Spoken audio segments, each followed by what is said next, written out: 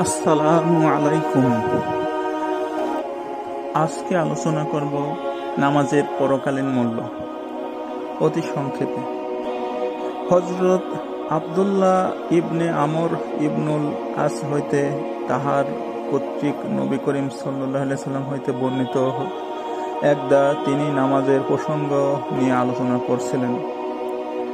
বলিলেন, যে লোক এই নামাজ সঠিকভাবে ও যথাযথ নিয়মে আদায় করিতে থাকিবে, তাহাদের জন্য কিয়ামতের দিন একটি নূর,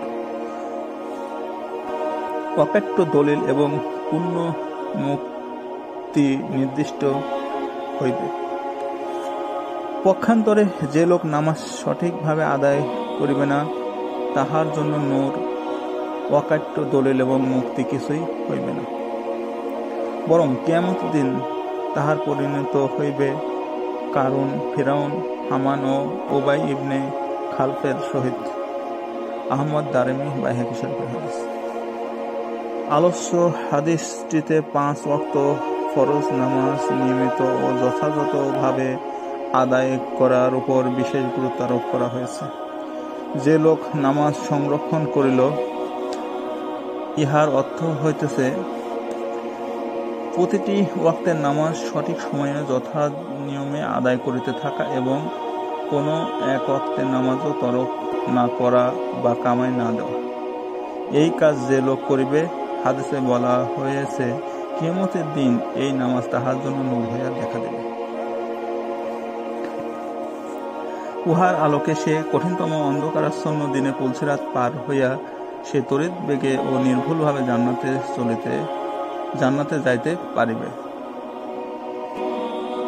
উহা তাহার জন্য অকাট্য দলিল হইয়া দেখা দেবে। সে যে প্রকৃত মুমিন ও মুসলিম, নিয়মিত ও যথাযথভাবে পড়া এই নামাজই হইবে তাহার অকাট্য প্রমাণ।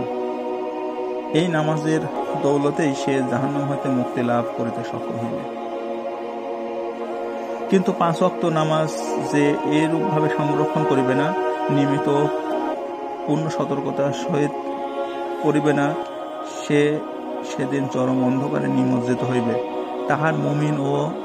তাহার মুমিন মুসলমান হওয়ারও কোনো প্রমাণ পাওয়া যাইবে না এবং তাহার ভাগ্যে জাহান্নাম হইতে মুক্তিও জুটবে না। শুধু তাহাই নয়, তাহাকে অত্যন্ত নিকৃষ্ট পরিণতির সম্মুখীন হইতে হবে। প্রিয় বন্ধুরা, আজকে এই পর্যন্তই। পরবর্তী ব্যাখ্যা দ্বিতীয় পর্বে ইনশাআল্লাহ আলোচিত হবে। আল্লাহ সুবহানাহু ওয়া তাআলা আমাদের সকলকে নামাজ যথাযথভাবে কায়েম করার, আদায় করার তৌফিক দান করুক। আমিন আমিন, আল্লাহুম্মা আমিন। বন্ধুরা, সকলে ভালো থাকুন, সুস্থ থাকুন, সকলের মঙ্গল কামনা করছি। আল্লাহ আমাদের সকলকে ক্ষমা করুন।